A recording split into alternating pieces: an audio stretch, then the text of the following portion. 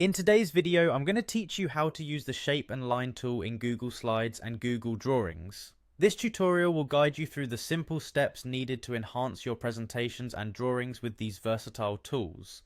Let's dive right in. First, we need to head over to Google Slides. You can do this by navigating to the Google Slides URL on your web browser. If you're not already signed in, you'll want to enter your Google credentials to access your account. Once logged in, you'll find yourself at the Google Slides home screen. This is where you can see all your saved presentations and even create new ones. Next, you'll want to start a new presentation. To do this, look for the blank presentation option, or if you fancy using a template, go ahead and select one that meets your needs. Once your presentation has opened, you're ready to start adding some shapes and lines. To insert a shape, click on the Insert tab at the top of the screen. A drop-down menu will appear with several options. Click on Shape.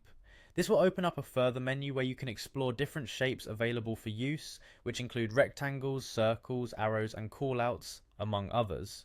Simply click on the shape you wish to use, then click and drag on your slide to place and size your shape. These visual aids can help emphasize points and create more engaging slides. If you want to add lines, go back to the Insert menu and select Line. You'll see various options such as a straight line, arrow, curve, and more. Choose the type of line that best fits your needs, and once again, click and drag on your slide to draw the line. Remember, both shapes and lines can be customized further after they've been added. You can click and drag to move them around, resize them, change their color, or adjust their line weight and style. This added customization can significantly help in making your presentation visually appealing and organized. By practicing these steps, you will become more adept at using these tools to strengthen your slides and drawings. Don't forget to experiment with different shapes and lines to discover what combinations work best for your projects.